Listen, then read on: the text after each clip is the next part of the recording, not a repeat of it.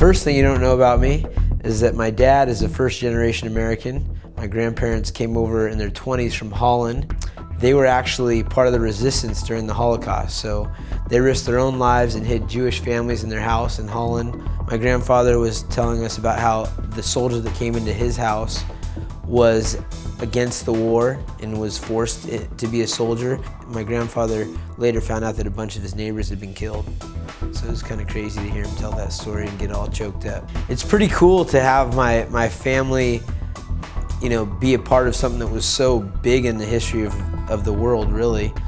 So another thing that people don't know about me is I was part of Boys State. Boys State, you can look it up. A couple of our presidents have been involved. They did this mock government where you could run for office and you just basically had a bunch of young leaders in one spot.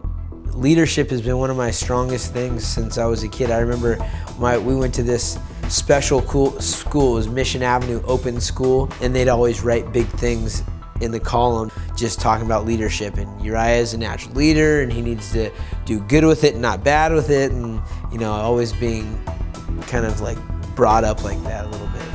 The last thing that you may not know about me, that I was kicked out of the dorms in college at UC Davis, and you're basically getting a guy who was raised by some pretty free thinkers. My mom and my dad gave us a lot of freedom.